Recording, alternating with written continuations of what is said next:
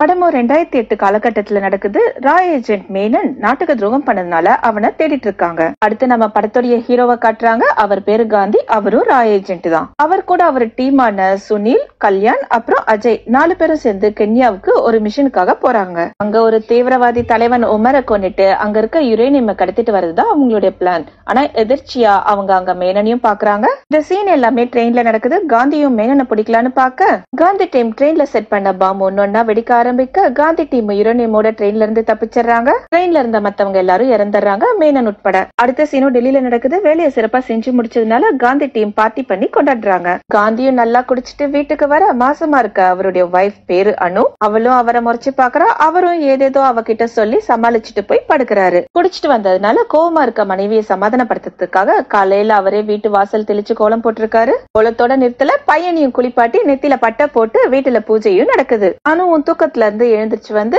காந்தி அடிக்கிற கூத்தெல்லாம் பாத்துட்டு இருக்கா. காந்தி அனுக்கு காஃபி ரெடி பண்ணி வச்சிருக்காரு. பையனை ஸ்கூல்ல டிராப் பண்றதுக்காக அவனை கார்ல கூட்டிட்டு போறாரு. காந்தியோடைய மகன் பேரு ஜீவன். காந்தியும் ஜீவனும் கார்ல போயிட்டு இருக்கக்குள்ள சுனிலோட வைஃப் ராதிகா கிட்ட இருந்து காந்திக்கு கால் வருது. அவளுடைய பொண்ணையும் ஸ்கூல்ல டிராப் பண்ண சொல்லி அவளும் கேட்டுக்கிறா. நைட்டு பார்ட்டில சுனிலும் நல்லா குடிச்சதுனால அவருக்கு ஹேங் ஓவர் ஆயிருக்கு. அவரால அவர் பொண்ணை ஸ்கூல்ல டிராப் பண்ண முடியல. காந்தி சுனில் வீட்டுக்கு போக சுனிலும் ஹேங் ஓவர்ல தலைவலியில உட்கார்ந்துருக்கு. ராதிகாவும் சுனில திட்டிக்கிட்டே காந்திய பொறுப்பா இருக்காருன்னு சொல்லிட்டு அவ பொண்ணு ஸ்ரீநிதிய காந்தி கூட அனுப்பி வைக்கிறா. ஜீவன் ஸ்ரீநிதிய பார்த்ததுமே ரூட்டு விடுறான். 5 வயசுலயே அதுங்களுக்குள்ள லவ். காந்தியோடைய பாஸ் பேரு நசீர். அவர் வந்து காந்தி டீம நல்லா திட்டுறாரு. கென்யால சொன்ன வேலையை சைலண்டா செஞ்சு முடிச்சிட்டு வராம ஒரு ட்ரெயினியே பிளாஸ்ட் பண்ணதுக்காக. இங்க அனுவ காட்டுறாங்க. அவ பிரெக்னண்டா இருக்கிறதுனால டாக்டர் செக்கப்புக்கு போறா. அவளுடைய டாக்டர் யாருன்னு பார்த்தா நம்ம ராதிகா தான். அவளோ அணு வைரஸ் ஸ்கேன் பண்ணிட்டு வயிற்றுக்குள்ள இருக்க குழந்தை நல்லா ஆரோக்கியமா இருக்குன்னு சொல்ல, ஆனா அணுவுக்கோ கவலை எல்லாம் குழந்தை மேல இல்ல, காந்தி மேல. அவருக்கு வேற ஒரு பொண்ணோட அஃபேர் இருக்கும், அவளை ஏமாத்துறாருன்ற சந்தேகம் அவளுக்குள்ள இருக்கு. காரணம் என்னன்னா அவரு ராய் ஏஜென்ட்ன்றது அணுவுக்கு தெரியாது. அவர் வேலை விஷயமா வெளியில இருக்கக்குள்ள அந்த டைம்ல அணு போன் பண்ண அவரும் ஏதேதோ சொல்லி சமாளிக்க அது கடைசியில அவருக்கு எதிராவே திரும்பிடுச்சு. காந்தியோடைய அடுத்த அசைன்மெண்ட் தாய்லாந்துல. அது சம்பந்தமா அவரும் உடனே சென்னைக்கு கிளம்புறாரு. போன வேலை முடிச்சுட்டு அவரும் வீட்டுக்கு வர அணுவும் அவர் மேல செம கடுப்பா இருக்கா. ஒரு கட்டத்துல காந்தியும் இதுக்கு மேல உண்மையை மறைக்க முடியாது, அவர் ராய் ஏஜென்ட்னு சொல்ல அதையும் அணு நம்பல. அவ அப்பா அவரை சென்னையில பாத்திருக்காருன்னு அவ சொல்ல உடனே காந்திக்கு ஒரு ஐடியா ஸ்ட்ரைக் ஆகுது. அவருடைய தாய்லாந்து அசைன்மெண்ட்ட அணுவை சமாளிக்கிறதுக்காக செகண்ட் ஹனிமூனா மாத்துறாரு. காந்தியும் ஃபேமிலியோட தாய்லாந்து போறாரு. ஊரெல்லாம் சுத்தி பாக்குறாரு. ஃபேமிலியோட ரொம்ப சந்தோஷமா இருக்காரு. கூடவே எதுக்காக அவர் தாய்லாந்து போனாரோ அந்த வேலையை அவரு சிறப்பா செஞ்சு முடிக்கிறாரு. வேலை முடிஞ்சதுக்கு அப்புறம் காந்தி அணு ஜீவனோட டாக்ஸில போயிட்டு இருக்காரு. ரொம்ப சந்தோஷமா இருக்காங்க 3 பேரும். காந்திக்கும் ஜீவனுக்கும் 2வது பொண்ணா பிறக்கணும்னு ஆசை. ஆனா அணுவுக்கோ பையனா இருக்கணும்னு ஆசை. இவங்க 3 பேரும் டாக்ஸில போயிட்டு இருக்கக்குள்ள ஒரு கார் வந்து அவங்கள சேஸ் பண்ணுது. டாக்ஸிய பர்பஸா ஆக்சிடென்ட் பண்ண வச்சு டாக்ஸில இருக்க டிரைவர் வெளியில வர அவரை ஷூட் பண்ணிடுறாங்க. காந்தி டிரைவர் சீட்ல மாறி அவரும் வண்டி ஓட்டிட்டு போறாரு. சேசிங் எல்லாம் நடக்குது, ஃபைட்டிங் எல்லாம் நடக்குது. காந்தியோட டீம் வந்து அவரை சேஸ் பண்ற ஆளுங்களை சமாளிக்கிறாங்க. அணுவுக்கு பிரசவ வலி ஏற்பட அவளை உடனே ஹாஸ்பிட்டல் அட்மிட் பண்றாரு. ஜீவனை வெயிட்டிங் ஹால்ல உட்கார வச்சுட்டு ஹாஸ்பிட்டல் ஃபார்மாலிட்டிஸ் எல்லாம் முடிச்சுட்டு வந்து பார்த்தா ஜீவனை காணோம். காந்தி டீமும் அங்க வந்துடுறாங்க. தாய்லாந்து போலீஸ் கிட்ட ஹாஸ்பிட்டலோட சிசிடிவி ஃபுட்டேஜ வாங்கி செக் பண்றாங்க. அதுல ஒரு லேடி ஜீவனை கூட்டிட்டு போறத பார்த்துட்டு அதுல வண்டி நம்பரையும் பார்த்து சேஸ் பண்றாங்க. அப்ப அவங்களுக்கு ஒரு போன் கால் வருது. குழந்தைய கூட்டிட்டு போன வண்டி ஆக்சிடென்ட் ஆகி இருக்கு. அந்த கார்ல போனவங்க எல்லாம் கருகி இறந்திருக்காங்க, ஜீவன் உட்பட. ஜீவனுடைய உடல் கருகி போயிடுச்சு. அவனுடைய பேக் மட்டும் இருக்கு. காந்திக்கு ஒண்ணுமே புரியல. அவருடைய இதயமே வெடிச்சு போயிடுச்சு. இதை எப்படி போய் அவர் அணு கிட்ட சொல்வாரு, அவருடைய 5 வயசு மகன் இறந்துட்டான்னு.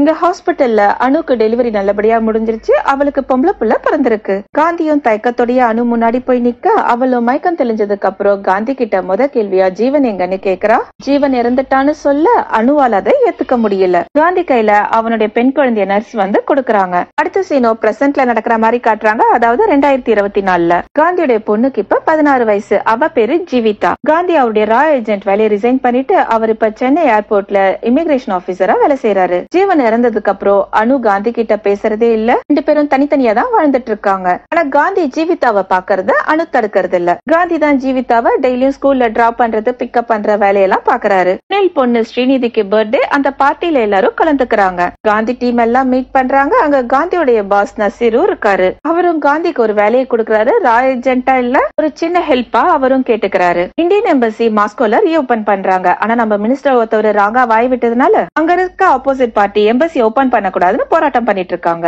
காந்திய அங்க இருக்க இமிகிரேஷன் ஆபீசருக்கு ட்ரைனிங் கொடுக்க சொல்றாங்க. காந்தியும் ஃபர்ஸ்ட் முடியாது முடியாதுன்னு மறுத்தாலும் கடைசியில சமாதானமாகி அவரும் மாஸ்கோவுக்கு போறாரு. அவர் கார் எம்பசி ஆபீஸ்க்கு போகக்குள்ளேயே வழியில நிறைய கலாட்டாலாம் நடக்குது. எம்பசிக்குள்ளேயோ 2 பேர் முகத்தை மூடிக்கிட்டு வந்து காந்திய தாக்குறாங்க. காந்தியும் அவரை தாக்குன 2 பேர் முகத்தையும் பாத்துறாரு. அதுல ஒருத்தவங்க முகத்தை பார்த்து அவரும் ரொம்ப ஆடி போயிடுறாரு. அதாவது அவன் அப்படியே காந்தி மாதிரியே இருக்கு. அதாவது காந்திக்கு 21 வயசுனா எப்படி இருப்பாரோ அதே மாதிரி. அந்த பையனும் காந்திய பார்த்து ஷாக் ஆகி அப்படியே நிக்க இன்னொருத்தவன் அவனை கூட்டிட்டு போயிடுறான். காந்தி மண்டைக்குள்ள அந்த பையன் முகமே ஓடிட்டு இருக்கு. அந்த பையனும் வந்து திரும்ப காந்திய பாக்கறான். காந்தியும் அவனை ஃபாலோ பண்ணி போறாரு. 2 பேரும் தனியா மனம் விட்டு பேசக்குள்ளதான் தெரியுது அந்த பையன் வேற யாரும் இல்ல, ஜீவன். காந்தி அவன் காலை புடிச்சு அழறாரு. ஜீவனும் தாய்லாந்துல காணாம போய் எங்கெங்கயோ போய் கடைசியில இங்க வந்து நிக்கிறான். காந்தி ஜீவனோட ஊருக்கு திரும்பலான்னு பாக்க, ஆனா ஜீவனும் ஃபைசல் குரூப் நினைச்சு பயப்படுறான். அந்த டீம் தான் எம்பசில கலவரத்தை பண்ணது. ஜீவன் கூட இன்னொருத்தவன் மாட்டினால காந்தி கிட்ட. அவன் பேரு அப்துல். இவங்க 2 பேரும் பேசிட்டு இருக்கிறத அப்துல் தூரத்துல நின்னு பார்த்து ஷூட் பண்றான். அப்புறம் சேசிங் ஃபைட்டிங் எல்லாம் நடக்குது. கடைசியில ஜீவனும் காந்தியும் சுனிலோட ஹெல்ப்போட நாடு திரும்புறாங்க. காந்தி ஜீவனை அணு முன்னாடி நிறுத்துறாரு. அணுவும் ஆடி போறா, சந்தோஷத்துல மெய் மறந்து போறா. ஜீவன் திரும்ப உயிரோட வந்ததுனால காந்தியும் அணுவும் ஒண்ணு சேர்றாங்க. காந்தியும் ரொம்ப சந்தோஷமா இருக்காரு. அவர் இழந்த மொத்தமும் அவருக்கு திரும்ப கிடைச்சதுனால. ஜீவனும் ஜீவிதாவுக்கும் அண்ணன் தங்கச்சி பாண்டிங் நடக்குது. அது மட்டும் இல்லாம அவன் ஸ்ரீநிதியும் பாக்குறான். அவங்களுக்குள்ள லவ் ட்ராக்கும் ஓடுது. ஒரு நாள் ராத்திரி நசீர் காந்திக்கு போன் பண்ணி முக்கியமான விஷயம் பேசணும். அவங்க எப்பவும் மீட் பண்ற இடத்துக்கு நசீர் காந்திய வர சொல்றாரு. சிக்னல்ல நசீரோட கார் இருக்கு. ஒருத்தவன் பைக்ல வந்து நசீரோட காருக்குள்ள பாம தூக்கி போட நசீர் உடனே கார்ல இருந்து இறங்கி தப்பிச்சு ஓடுறாரு. அவரும் ரயில்வே ஸ்டேஷனுக்குள்ள போறாரு. ஆனா கையில போன் இருக்கிறதுனால அவரும் காந்தி கிட்ட போன் பேசிக்கிட்டே போறாரு. பைக்ல வந்தவன் ஃபேஸ் நமக்கு தெரியல. அவன் ஹெல்மெட் போட்டிருக்கான். அவனும் நசீரை விடாம ஃபாலோ பண்ணிட்டு இருக்கான். நசீரும் ஒரு ட்ரெயின் வர அந்த ட்ரெயினுக்குள்ள அவர் ஏறிறாரு. ஹெல்மெட் காரனும் சாமர்த்தியமா ட்ரெயின் கண்ணாடி எல்லாம் உடைச்சு அவனும் ட்ரெயினுக்குள்ள வந்துடுறான். நசீர் முன்னாடி அவனும் வந்து நிக்க, ஆனா அங்க காந்தியும் இருக்காரு. நசீர் பதற்றத்தோட ட்ரெயினுக்குள்ள ஏறக்குள்ள அவருடைய போன் மிஸ் ஆயிடுது. அந்த போனை ஒருத்தன் வந்து எடுத்துட்டு போறான். அவன் பேரு ஷா. ட்ரெயினுக்குள்ள காந்திக்கும் ஹெல்மெட் காரனுக்கும் நல்லா சண்டை நடக்குது. ஆனா ஒரு கட்டத்துல காந்தி கண்ணு முன்னாடியே ஹெல்மெட் கார நசீரை கொன்னுட்டு அங்க இருந்து தப்பிச்சிடறான். நசீரை கொன்ன ஹெல்மெட் கொலைக்கார வேற யாரும் இல்ல, நம்ம காந்தியோட மகன் ஜீவன் தான். நசீர் சாவுல மர்மம் இருக்கிறத உணர்ந்த காந்தியும் திரும்ப ராஜென்டா பொறுப்பேற்றுக்கிறாரு. இத ஜீவன் ஏற்கனவே எதிர்பார்த்தது. அவன் என்ன பிளானோட காந்தி குடும்பத்துக்குள்ள வந்தான்னு தெரியல. அவன் உண்மையாலுமே காந்தி மகனா இல்ல வேற யாரான்னு தெரியல. வாங்க போக போக படத்தை பார்த்து தெரிஞ்சுக்கலாம். நசீரோடைய ஆபீஸ் கம்ப்யூட்டர் எல்லாம் செக் பண்றாங்க. எந்த டேட்டாஸும் இல்ல. ஆனா சிசிடிவி ஃபுட்டேஜ்ல அவர் ஏதோ ஃபைல் அவர் போன்ல காப்பி பண்ணிட்டு போனது மட்டும் ரெக்கார்ட் ஆகி இருக்கு. நசீர் கிட்ட அவருடைய போன் இல்ல, அது காணாம போயிடுச்சுன்னு காந்திக்கு நல்லாவே தெரியும். நசீருடைய போன் ஸ்விட்ச் ஆன் ஆக அதை காந்தி டீம் ட்ராக் பண்றாங்க. காந்தியும் உடனே நசீர் போனுக்கு கால் பண்ண, அத ஒரு திருடன் தான் திருடி வச்சிருக்கான். அவன் பேரு பாபு. 50,000 பணம் கொடுத்தா போனை திருப்பி கொடுத்துறேன்னு வாக்குறுதி கொடுக்கறான். காந்தியும் உடனே பணத்தை கொடுத்துட்டு போனை வாங்கலான்ற முடிவுக்கு வர, பாபுவும் காந்தி ஒரு இடத்துக்கு வர சொல்லிட்டு பணத்தை கொடுத்துட்டு போனை வாங்கிட்டு போக சொல்றான். இது எல்லாத்தையும் ஜீவன் காந்தி போன்ல பக் வச்சு ஒட்டு கேட்டுறான். அடுத்து ஜீவனும் பாபுக்கு பேரம் பேசுறான். 1 லட்சம் கொடுத்துட்டு போனை வாங்கிட்டு போறதா சொல்லி. பாபு உடனே மனசு மாறி ஜீவன் கிட்ட போனை கொடுத்துடலான்னு முடிவு பண்ணி போக, காந்தி பாபுக்கு போன் பண்ணி வர சொன்ன இடத்துக்கு வரலையேன்னு விசாரிக்க, பாபுவும் வேறொருத்தர் கிட்ட 1 லட்சம் ரூபாய்க்கு டீல் பேசி முடிச்சுட்டதா சொல்ல, காந்திக்கும் புரியுது அவருடைய போன்ல பக் வச்சு யாரோ ஒட்டு கேட்டிருக்காங்கன்னு. ஆனா இதெல்லாம் பண்றது அவருடைய மகன் ஜீவன் தான் இப்ப அவருக்கு தெரியல. காந்தியும் பாபுக்கு போன் பண்ணி அவன் கொலைகார அவன் கிட்ட போன் கொடுத்துடாதன்னு வார்ன் பண்றாரு. சேஃப்டிக்காக பக்கத்துல இருக்க லீ மெரிடியன் ஹோட்டல்ல போய் தங்க சொல்றாரு. பாபுவும் ஹோட்டலுக்குள்ள போயிரா. அவனை தேடி ஜீவனும் போறான். காந்தியும் ஹோட்டலுக்குள்ள போறாரு. காந்தி கூட அவனுடைய டீமான அஜயும் கூட இருக்காரு. அஜய் பாபுவை பாத்துறாரு. அவன் கிட்ட இருந்து போனையும் வாங்கிடுறாரு. அப்ப அவருக்கு முன்னாடி அங்க ஜீவன் வந்து நிக்கிறான். அவனும் அந்த போனை கேக்குறான். அஜய்க்கு புரியல, குழப்பமா இருக்கு. அவரும் சந்தேகமா பாக்கக்குள்ளேயே ஜீவன் அஜய கொன்னுட்டு அங்க இருக்க போன் எடுத்துட்டு தப்பிச்சிடறான். காந்தி அஜய் இறந்து கிடக்கிறத பார்த்து வருத்தப்படுறாரு. ஜீவன் எப்படி அங்க இருந்து தப்பிச்சானா அவனேக்கா ஸ்ரீநிதி ஹெல்ப்போட. காந்தி கண்ணுல ஜீவன் படுறான். ஆனா அவன் கூட ஸ்ரீநிதி இருக்கிறதுனால அவரு ஜீவனை சந்தேகப்படல. அடுத்த சீன்ல ஜீவனுக்கு அவன் அப்பா கிட்ட இருந்து கால் வருது. அவனும் போன் பேசுறான். ஆனா பேசுறது காந்தி கிடையாது, மேனன். தாய்லாந்துல ஆளு வச்சு ஜீவனை கிட்னாப் பண்ணது மேனன். அதுக்கப்புறம் ஜீவனை புள்ள பிடிக்கிற டீம் கிட்ட கொடுத்து வச்சிருந்தான். அந்த டீம் கிட்ட ஜீவனுக்கு பழசெல்லாம் மறக்கணும், அவனுக்கு பயம் மட்டும் தான் தெரியணும்னு சொல்லி வச்சிருந்தான். பண்ணது போதும்னு கடத்தல் கும்பலும் குழந்தைன்னு கூட பாக்காம பயங்கரமா அவனை சித்திரவதை பண்ணிருக்காங்க. ஒரு கட்டத்துல மேனனே வந்து அவங்களெல்லாம் கொன்னுட்டு ஜீவன் அங்க இருந்து காப்பாத்தி அவன் கூட்டிட்டு போய் வளர்க்கறான். ஜீவனுக்கு பழசெல்லாம் மறந்துடுது. அவன் அங்க இருந்து காப்பாத்தின மேனன் தான் அவனுடைய அப்பான்னு அவனும் நினைக்க ஆரம்பிச்சான். மேனனுக்காக என்ன வேணா செய்யலான்ற முடிவுக்கும் வந்தான். மேனனும் ஒரு டிராமா போடுறான். என்னன்னா அவன் ஃபேமிலிய கொன்னது அவனுடைய அப்பா காந்தி என்ற உண்மைய இவன் கிட்ட சொல்ல, ஜீவனோ அப்பான்னு கூட பாக்காம காந்திய கொல்லுவன்னு மேனனுக்கு வாக்குறுதி எழுதி கொடுக்கறான். இவனே பிளான் பண்ணி தான் காந்தி கிட்ட வந்து சேர்ந்திருக்கான். அதனாலதான் அவனும் ஒவ்வொருத்தரா தூக்க ஆரம்பிச்சிருக்கான். இதே ட்ரெயின்ல தான் மேனனுடைய பொண்டாட்டி, பொண்ணு, புள்ள 3 பேரும் இருந்திருக்காங்க. அந்த பிளாஸ்ட்ல மேனனை தவிர மத்த 3 பேருமே இறந்துட்டாங்க. ஜீவன் வந்ததுக்கு அப்புறம் தான் காந்தியை சுத்தி இருக்கவங்க ஒவ்வொருத்தரா கொல்லப்படுறதுனால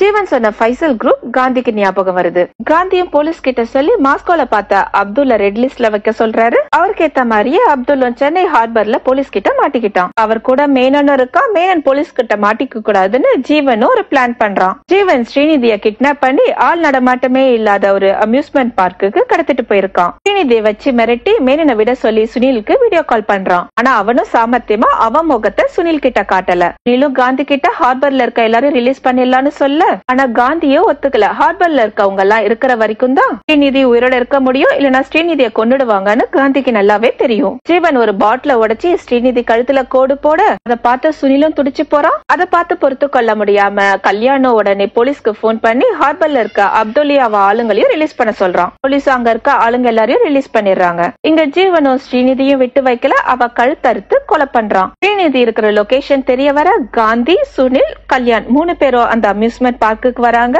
கல்யாண் கண்ணுல ஸ்ரீநிதி பட்டுறா. ஸ்ரீநிதியே இறந்து போகல, அவளோ குத்துயிரும் கொலை உயிருமா இருக்கா. அவளுக்கு மூச்சு இன்னும் இருக்கு. அவளும் கல்யாண் கிட்ட ஜீவன் தான் இதெல்லாம் செஞ்சதுன்ற உண்மையை சொல்ல, ஜீவன் பேரை கேட்டதுமே கல்யாண் முகமும் மாறுது. அவனா இதெல்லாம் பண்ணான்னு ஆச்சரியமா பாக்குறான். உடனே அவனுடைய கர்ச்சீஃப் எடுத்து அவனும் ஸ்ரீநிதி முகத்துல வச்சு அவளை மூச்சு முட்டை வச்சு சாகடிக்கிறான். பார்த்தா கல்யாண் காந்தி டீம்ல இருந்தாலும் அவன் மேனனுடைய ஆளு. ட்ரெயின்ல மேனனுடைய ஃபேமிலி இருந்தது கல்யாணுக்கு தெரியாது. ஒருவேளை தெரிஞ்சிருந்தா அவன் அந்த மிஷினை நடக்க விடாம தடுத்து இருந்திருப்பான். மேனனுடைய ஒரே எண்ணம் அவனுடைய குடும்பத்தை கொண்ட காந்திய பழி வாங்குறது. கல்யாணம் மேனன் கிட்ட காசு வாங்கிட்டு அவனுக்கு உதவி செய்யறான். அவளும் இறந்து போன ஸ்ரீநிதியை தூக்கிட்டு வர அதை பார்த்த சுனில் மனம் உடைஞ்சு போய் அழறாரு. அவளுக்கு இறுதி சடங்கும் நடக்குது. காந்தியோ பாபு கிட்ட நசீரோடைய போன் யார்கிட்ட இருந்து திருடின என்ன ஏதுன்னு விசாரிக்க, அவனோ ஆளை பார்த்தா சொல்றேன்னு சொல்லிட்டு அங்கிருந்து கிளம்புறான். ஒரு நாள் பாபு ரெஸ்டாரண்ட்ல ஷாவா பாத்துறான். உடனே அவனும் காந்திக்கு போன் பண்ணி சொல்ல, காந்தியும் அவருடைய டீமோட அங்க வந்துடுறாரு. ஷாவா ஃபாலோ பண்றாங்க. அவ இடத்தையும் கண்டுபிடிச்சிடுறாங்க. அப்ப அந்த நேரம் அனு காந்திக்கு போன் பண்ணி ஜீவன் வீட்டுல இல்ல, போன் பண்ணாலும் எடுக்கலன்னு கம்ப்ளைண்ட் பண்றா. அவரும் உடனே ஜீவன் உயிருக்கு ஆபத்துன்றதுனால ஜீவனுக்கு போன் பண்றாரு. அவனும் ஃப்ரெண்ட பாக்கிறதுக்காக வெளியே வந்தன்னு பேசிட்டே வர காந்தி ஜீவனை பாத்துறாரு. போன்ல பள்ளிவாசல் சவுண்ட் கேட்க அவனும் அங்கதானே இருக்கா. அவனுக்கும் புரிஞ்சிடுது போலீஸ் அவனை ரவுண்ட் அப் பண்ணிட்டாங்க. அங்க ஃபைட்டிங் சேசிங் எல்லாம் நடக்குது. ஷா அங்க இருந்து தப்பிச்சிடறான். ஆனா ஜீவன் போலீஸ் கிட்ட மாட்டிக்கிறான். என்கொயரி ரூம்ல ஜீவன் கிட்ட கல்யாண் தான் விசாரிக்கிறான். ஆனா அவனும் காந்தி கிட்ட தான் பேசுவேன்னு பிடிவாதமா இருக்கான். காந்தியும் கடுப்பாகி போய் என்கொயரி ரூமுக்கு வராரு. கல்யாணம் ரூமை விட்டு வெளியே வந்துடுறான். காந்தி அடிச்சு விசாரிக்க என்கொயரி ரூம்ல ரெக்கார்டிங் பண்ணுவாங்கன்றதுனால ஜீவனும் பிளேட்டை மாத்துறான். காந்தி சொல்லிதான் இதெல்லாம் செஞ்சன்னு சொல்லி, அதாவது ஸ்ரீநிதியை கொன்னது உட்பட. சுனிலும் அதெல்லாம் கேட்டுட்டு இருக்கிறதுனால அவரும் மனசு பொறுத்து கொள்ள முடியாம ரெக்கார்டிங் ஆஃப் பண்ண சொல்லிட்டு அவரும் என்கொயரி ரூம்குள்ள வராரு. ஆனா அவரோ ஜீவனுடைய வஞ்சக பேச்சுக்கெல்லாம் மயங்கல. அவருடைய ஃப்ரெண்டு காந்தியும் சந்தேகப்படல. சுனில் கண்ணை காட்டி ஜீவனை மிரட்டக்குள்ள ஜீவனோ அவர்கிட்ட இருக்க கண்ணை புடுங்கி அவரையே கொல்றான். காந்தி ஷாக்காக அணுவை கிட்னாப் பண்ணி அவளை வச்சு காந்திய மிரட்டி ஜீவன் காந்தியோட என்கொயரி ரூம்ல இருந்து தப்பிக்கிறான். ஆனா கல்யாணம் அங்க இருக்க ஆபீசர்ஸ் எல்லாரும் காந்தி தான் சுனில கொண்டுட்டு ஜீவனோட அங்க இருந்து தப்பிக்கிறாருன்னு நினைக்கிறாங்க. ஒரு வேர் ஹவுஸ்ல அணுவையும் காந்தியும் கட்டி போட்டு வச்சிருக்காங்க. மேனன் வந்து காந்தி முன்னாடி நிக்கிறான். இந்த ஜீவன் அவ ஆளுங்களும் சென்னை சேட்பாக் கிரவுண்ட்ல பாம்பு வைக்கிறாங்க. அங்க சிஎஸ்கேக்கும் மும்பை இந்தியன்ஸ்க்கும் மேட்ச் வேற போயிட்டு இருக்கு. ஜீவன் காந்தி பேரை வச்சு கவர்மெண்ட் கிட்ட மணி டிமாண்ட் பண்ணி காசு வந்தாலும் காசை வாங்கிட்டு பாம்பு வெடிக்க வச்சுட்டானோ, ஒருவேளை காசு வரலனாலும் பாம்பு வெடிக்க வச்சுட்டானோ அவ பேர் அவருக்கு வந்துடும்ன்றது அவனுடைய பிளான். இங்க வேர் ஹவுஸ்ல மேனனும் நக்கல காந்திய பார்த்து ஒரு சிரிப்பு சிரிச்சுட்டு போக பார்க்க காந்தியோ மேனனுக்கே ஒரு ட்விஸ்ட கொடுக்கறாரு. மேனன் பெருசா பிளான் பண்ணிருக்கான்றத காந்தி கண்டுபிடிச்சிட்டாரு. அவனை புடிச்சு அடிச்சு விசாரிச்சா ஒத்துக்குவானா? கண்டிப்பா வாயை தந்து சொல்லவே மாட்டான். இப்ப காந்தி மேனன் கிட்ட மாட்டிக்கிட்ட அவனும் எல்லா உண்மையும் புட்டு புட்டு வச்சிட்டான். அதாவது கிரவுண்ட்ல பாம்பு வெடிக்க போதுன்னு. காந்தி டீம் அங்க வந்துடுறாங்க. மேனனையும் புடிச்சிடுறாங்க. கல்யாணம் அங்க வர அவன் முன்னாடி சுனில் வந்து நிக்கிறாரு. ஸ்ரீநிதியை கொண்டது கல்யாண் தானு காந்தி கண்டுபிடிச்சிட்டு அதை சுனில் கிட்டயும் சொல்லிட்டாரு. ஏன்னா அவளுடைய போஸ்ட்மார்ட்டம் ரிப்போர்ட்ல அவ கழுத்தறுத்து சாகல, மூச்சு திணறிதான் செத்துருக்கா. கல்யாண் ஹார்பர்ல இருக்க அப்துல்லையும் அவ ஆளுங்களையும் ரிலீஸ் பண்ண சொல்லியிருப்பான். அப்துல்ன்ற பேரு காந்திக்கோ அங்க ஹார்பர்ல இருக்க போலீஸ்க்கு மட்டும் தான் தெரியும். ஆனா அது கல்யாணுக்கு எப்படி தெரிஞ்சது? அப்பவே கல்யாண் மேல லைட்டா காந்திக்கு சந்தேகம் வர ஆரம்பிச்சது. கல்யாண் நேரா ஸ்ரீநிதி இருக்கிற இடத்துக்கு தான் போயிருக்கான். அவன் தான் ஸ்ரீநிதியை தூக்கிட்டு வந்திருக்கா. அதனால அவன் தான் ஸ்ரீநிதியை கொண்டு இருக்க முடியும்னு கன்ஃபார்மே பண்ணிட்டாரு. மக சாவுக்கு சுனிலும் அப்புறம் கல்யாண ஷூட் பண்றாரு. இங்க ஸ்டேடியம்ல அனுவோடைய தம்பி சீனுவும் இருக்காரு. காந்தி அவருக்கு போன் பண்ணி பாம்பு அடிக்கிற ரிமோட்டை ஜீவன் கிட்ட இருந்து திருட சொல்றாரு. காந்தி சொன்ன மாதிரியே சீனுவும் செஞ்சிடறாரு. ஸ்டேடியம்ல அவரும் ஜீவிதாவை பாக்குறாரு. அவளும் வீட்டுல யாருக்கும் தெரியாம மேட்ச் பாக்கிறதுக்காக ஸ்டேடியம்க்கு வந்திருக்கா. இங்க ஜீவனும் காந்தி பிடியில மேனனை பார்த்ததோ அவனும் துடிதுடிச்சு போறான். மேனனுக்கு ஒண்ணு நாள் ஜீவனால தாங்கிக்க முடியல. ஜீவன் கிட்ட ரிமோட் கண்ட்ரோல் இல்லன்னு தெரிய வந்ததோ அவனும் சீனுவை தேடி போறான். அது கடைசியில ஜீவிதா கிட்ட இருக்குன்னு தெரிய வரவே அவளை தேடி போறான். காந்தியும் ஜீவிதாவை பாத்துறாரு. ஒரு கட்டத்துல அப்பா பொண்ணு மக 3 பேரும் இருக்காங்க. ஜீவனும் ஜீவிதாவை அடிச்சு ரிமோட்டை புடுங்க பாக்குறான். ஆனா காந்தி அவன் கையில ரிமோட் போகாம தடுக்கிறாரு. ஜீவன் கடைசியில ஜீவிதாவையே கொல்ல பாக்க மகன் கூட பாக்காம ஜீவன் நெத்தி போட்டுலே சுட்டு அவனை கொல்றாரு. ஏன்னா அவன் தான் எப்பயோ மிருகமா மாறிட்டானே. இதோட முடிஞ்சிச்சான்னு பார்த்தா ஆனா அதுதான் இல்ல. காந்தியோட போட்டோவை டார்கெட்டா வச்சு யாரோ ஷூட் பண்ணிட்டு இருக்காங்க. யாருன்னு பார்த்தா ஜீவன். அவன மாதிரி இன்னொரு ஜீவனும் அவன் பக்கத்துல இருக்கான். என்னன்னு பார்த்தா ஜீவனுடைய குளோனு. இந்த பழா போன மேனன் ஜீவன் குளோன் கிட்ட என்ன சொல்லி வச்சிருக்கான்னு தெரியல. காந்தியை கொல்றதுக்காக குளோனும் துடியா துடிச்சிட்டு இருக்கு. இதோட இந்த படமும் முடியுது. தேங்க்ஸ் ஃபார் வாட்சிங்.